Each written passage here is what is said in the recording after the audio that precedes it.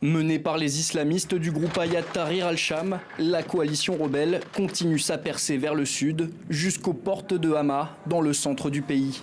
Face à eux, une armée syrienne à la peine qui vient ce mercredi de lancer une contre-offensive. Et à mesure qu'elle recule, les forces du régime de Bachar al-Assad laissent derrière toujours plus d'armes et de véhicules.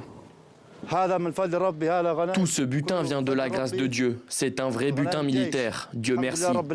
De quoi renforcer la puissance de feu des islamistes qui multiplient les prisonniers de guerre, à l'instar de ce jeune soldat pro-régime, tenu par les cheveux, interrogé par un rebelle sur son footballeur préféré. C'est qui le plus grand? Cristiano. Et Messi? Au diable. Appuyée par la Turquie, la coalition rebelle de HTS menace aussi les territoires au nord-est de la Syrie, sous contrôle des forces démocratiques syriennes. Essentiellement composées de groupes armés kurdes, eux aussi sont opposés au régime syrien. Avec la prise d'Alep par HTS, des milliers de civils kurdes sont contraints à l'exil.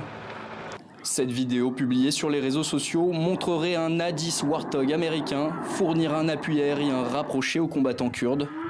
Avec le dégel du conflit syrien, on assiste au grand retour d'une guerre par proxy entre des acteurs majeurs aux intérêts fluctuants. Chaque acteur majeur doit tenir ses chiens. C'était le verbatim de James Baker, ancien secrétaire d'État de George Bush père.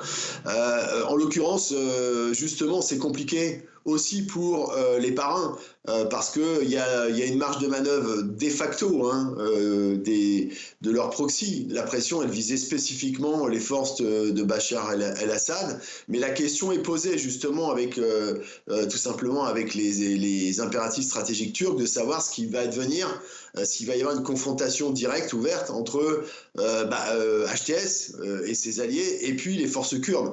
Du côté du régime syrien, l'emprise de Bachar al-Assad apparaît plus fragile que jamais chez une population déjà aux 3/4 sous le seuil de pauvreté. Le clan du chef de l'État joue désormais sa survie.